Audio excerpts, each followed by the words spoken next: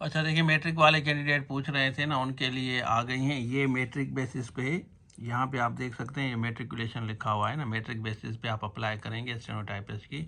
और इंटरमीडिएट वाले जो पूछ रहे थे कि उनकी भी गुड न्यूज़ आ गई है, ये इंटरमीडिएट पे है और ये भी इंटरमीडिएट पे है। ये एग्रीकल्चर डिपार्टमेंट जो जैसे सिंध पब्लिक सर्विस कमीशन में जॉब्स आई हैं ना, आपको पता है तो वो तो 16 के ऊपर होती हैं या 16 की होती हैं, लेकिन उसके जो कम होंगी वो यहाँ पे आप सिंध जॉब पोर्टल पे यहाँ पे देखें, ये मैंने आपको बताई थी ना, ये नीचे वाली यहाँ पे भी, इसमें भी एग्रीकल्चर की आई हैं, लेकिन ये वाली जो जॉब्स हैं ये 16+ है ना। और जो सिंध जॉब पोर्टल है, सिंध जॉब पोर्टल पे अगर आपने 40 मार्क्स लिए हैं तो इंटरमीडिएट यहाँ पे, ये इंटरमीडिएट और ये मैट्रिक वाले कैंडिडेट अप्लाई कर सकते हैं। बाकी दूसरी जो जॉब्स हैं वो मैंने आपको ऑलरेडी बताई, यहाँ पे जाके आप अप्लाई करें और उसके बाद आप तैयारी पकड़ें। इसमें 16 ग्रेड असिस्टेंट की ज़रूर तैयारी करें, वो कोर्स हम आपको देंगे। एक ही आपका ज़बरदस्त कोर्स होगा ये, स्पेशली ऑफिस असिस्टेंट का ना। इसमें आप देखें सीटें भी 28, अगर आप सही से मेहनत करें ना तो आप सिक्योर कर सकते हैं ये सीटें।